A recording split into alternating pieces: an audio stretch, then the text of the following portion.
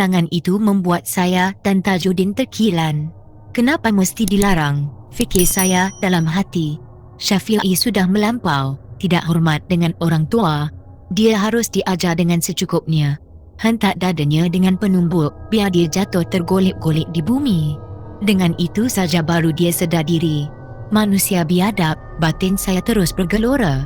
Kau orang berdua tak puas hati tama. Datuk bagaikan dapat membaca apa yang berombak dalam dada. Tiada jawapan balas yang diberikan. Saya cuma senyum tersipu-sipu.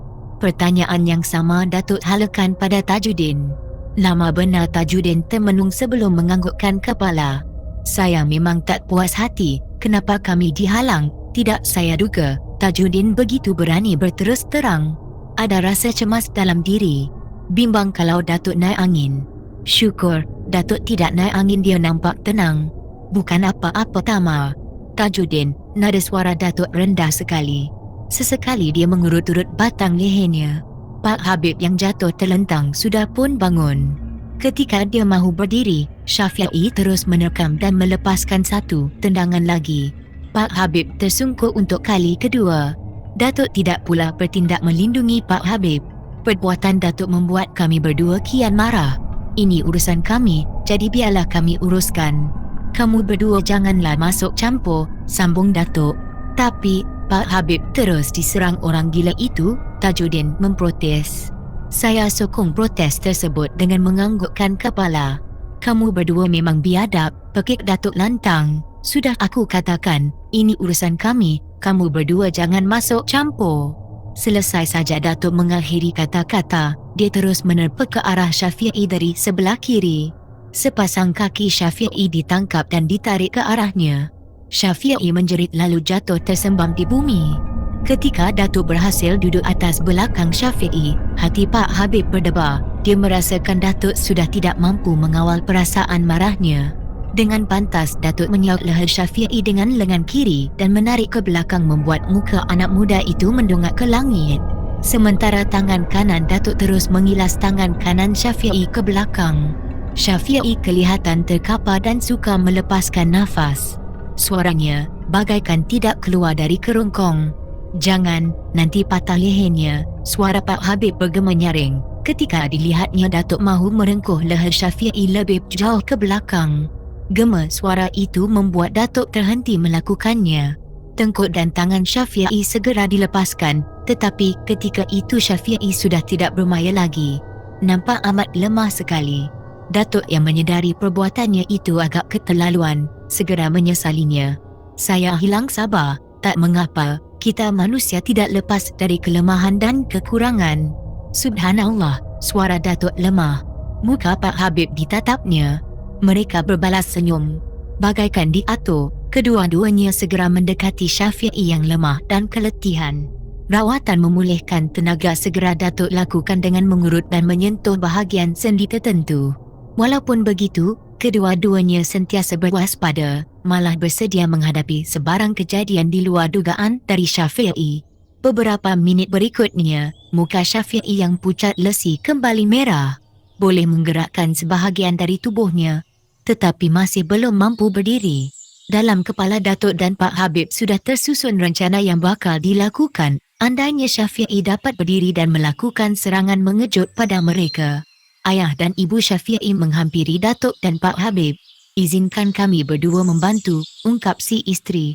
Datuk dan Pak Habib segera berpandangan, kehairanan. Mahu membantu, Pak Habib minta kepastian. Ya, angguk si suami. Caranya, tanya Datuk ragu-ragu. Ada renungan memperkecilkan hasrat pasangan suami isteri tersebut.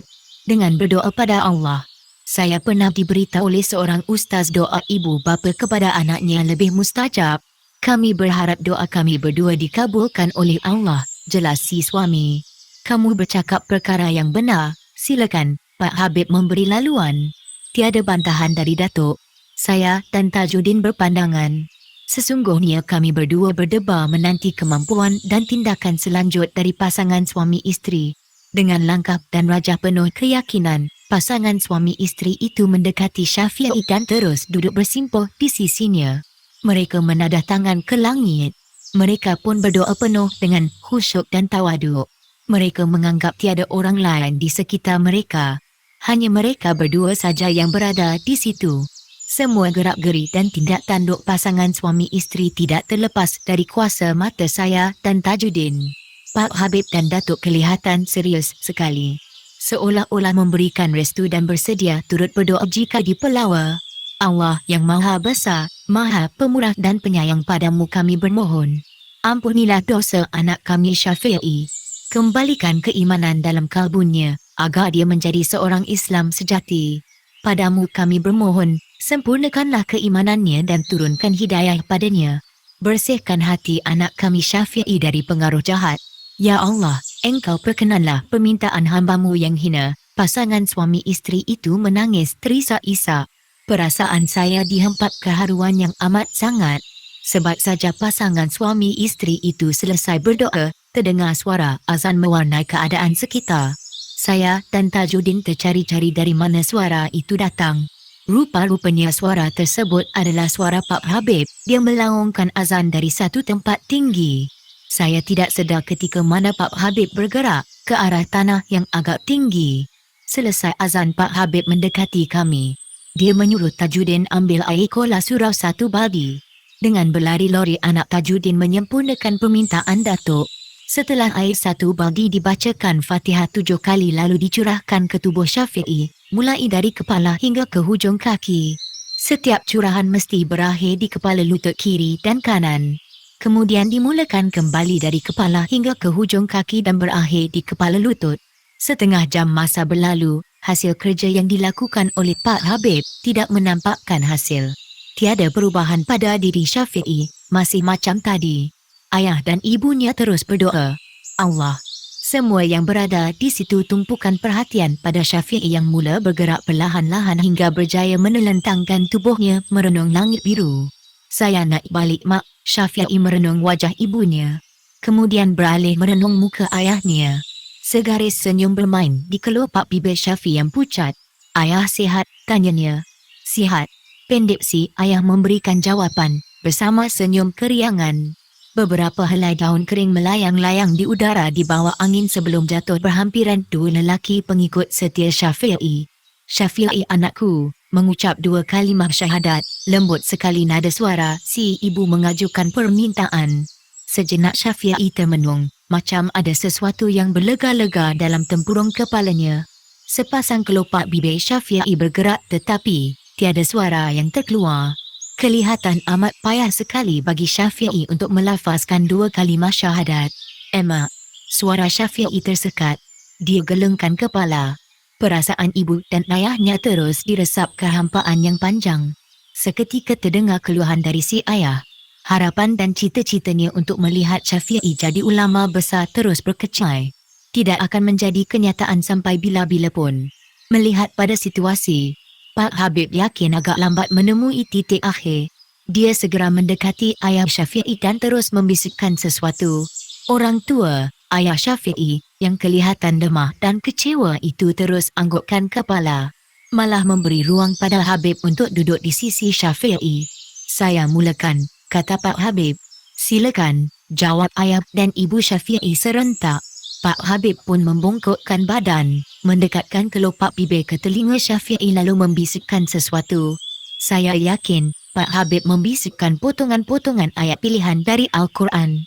Tiada sebarang tindak balas dari Syafi'i. Setelah mendengar bisikan tersebut, Pak Habib tidak berputus asa dan terus mengulangi perbuatan yang sama sebanyak 7 kali berturut-turut. Usaha Pak Habib membuahkan hasil. Syafi'i terus duduk bersila di hadapan ayah dan ibu. Sepasang anak matanya yang bercahaya garang tertumpuk ke wajah Pak Habib. Antara Pak Habib dan Syafi'i ada adegan pertarungan melalui kelopak mata. Kelopak bibir Pak Habib nampak bergetar, ada sesuatu yang dibacanya. Sungguh mengejutkan, malah semua yang ada di situ bagaikan tidak yakin kata Assalamualaikum terpancut keluar dari mulut Syafi'i yang ditujukan pada Pak Habib. Dengan pantas Pak Habib membalas salam sambil menghulurkan tangan. Syafi'i menyambut huluran tangan Pak Habib. Mereka berjabat tangan penuh kemesraan. Emak, saya nak balik, kata Syafi'i. Boleh, tapi apa mak? Kena minta izin dengan orang yang kamu salam tadi, tutur ibunya dengan tenang, penuh keyakinan. Lagi sekali Syafi'i renung muka Pak Habib. Saya nak balik ke rumah hemat saya tuan. Sudah tentu boleh kerana itu adalah rumah kamu tapi dengan syarat, Pak Habib tidak menamatkan kata-katanya. Mulut Syafi'i terlopong, sepasang biji matanya bagaikan mahu tersembul. Ikut saya mengucap 2 kalimah syahadat secara betul, ikhlas dalam hati, sambung Pak Habib. Dengan serta-merta si ibu memberikan isyarat mata pada Syafi'i, agar mematuhi saranan Pak Habib. Tiada tindak balas positif dari Syafi'i. Si ibu mengulangi perbuatan yang sama pada Syafi'i. Kali ini reaksi yang diberikan amat menyenangkan hati si ibu serta ayahnya. Boleh, saya ikut cakap tuan, itu kata pemutus dari Syafi'i. Pak Habib tersenyum dan mengucapkan terima kasih pada Syafi'i dan kedua orang tuanya. Dengan pantas Pak Habib memanggil Datuk, saya dan Tajuddin agar segera menghampirinya. Secara tidak langsung, kami bertiga dikehendaki berada di sisi Syafi'i dan kedua orang tuanya. Permintaan Pak Habib segera kami kabulkan. Dengan disaksikan oleh kedua-dua orang tuanya, saya Datuk serta Tajuddin. Pak Habib pun melafazkan 2 kalimah syahadat dengan terang dan lancar. Kemudian turut dilafazkan oleh Syafi'i dengan nada suara yang lancar dan terang sekali.